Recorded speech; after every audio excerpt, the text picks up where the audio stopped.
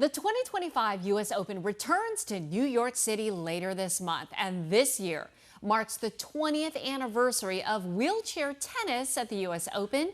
This year, 6 adults from the U.S. will compete alongside other wheelchair athletes from across the world, and among the field of elite competitors, this guy. He is competing in the quad tournament. Andrew Bogdanov from Prescott joins us now. So great to have you here. Thank you. Okay, I love your story. You have been competing really all around the world. I mean, we're talking probably almost at least a dozen countries. You just got back from Germany, right? Yep. Competing. How'd you do in Germany? That was a great tournament for me. I actually won in singles and doubles over at the German Open in Berlin. Congratulations. Yeah, thank you so much. So what is it like to now, your next, hopefully big win will be at the U.S. Open. What's that like for you? So I actually went to the U.S. Open 2 years ago, and I went as a wild card entry. And this year, I got direct entry because my ranking's higher. So I feel like, I really belong there. Not like I didn't before, but this year it's really special. And so I'm really looking forward to hopefully getting a good draw and getting my first Grand Slam win there. Yeah, no kidding. That would be huge. Okay, now I thought you were going to go back to the first time you were at the U.S. Open. I want to go back to that time because you were nowhere near competing, right? You were actually a technician repairing wheelchairs. Yes. The first time you were at the U.S. Open. Yes, so that was, I think, 3 years ago.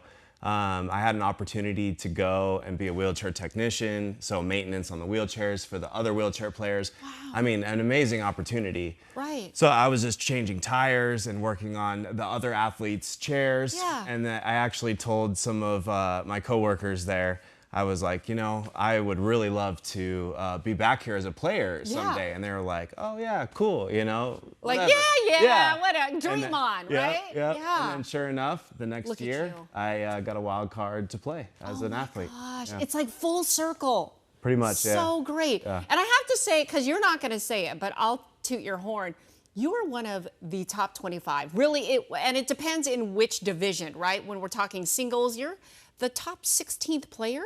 Or fourth? Okay, 14th, excuse me. That's a big difference. That is phenomenal. And all to think that, this all began during COVID when you just decided, you know what, let me try some tennis.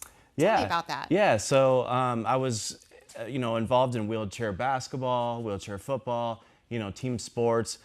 I played sports my entire life. I played football in high school, and then I got my snowboarding accident 11 years up at Arizona Snow Bowl, which put me in a wheelchair. But I wanted to still stay active and healthy, and so I got into sports. And then COVID happened, and the pandemic kind of put a limitation on team sports because of social distancing. Yeah. So that's when I decided, hey, let's pick up a racket and try out tennis. And so my dad played college tennis, and I used some of his old rackets and went out there with my friends. And even used some Goodwill rackets, right? Goodwill rackets, whatever I could get my was hands around, on. Yeah, pretty much. And went out there, and it was just, for fun, recreational. Wow. And then once the restrictions started lifting, I went to La Mirada, California, and competed in my first tournament. That was at the C division at the time. Ended up winning that. And then moved up to the B division, A division, and then decided to go to Montreal, Canada, to get classified into international and professional wheelchair tennis. Oh my, you just sailed through. Win after win after win. That's incredible. We wish you all the very best at the U.S. Open. I have to ask, what's after the U.S. Open?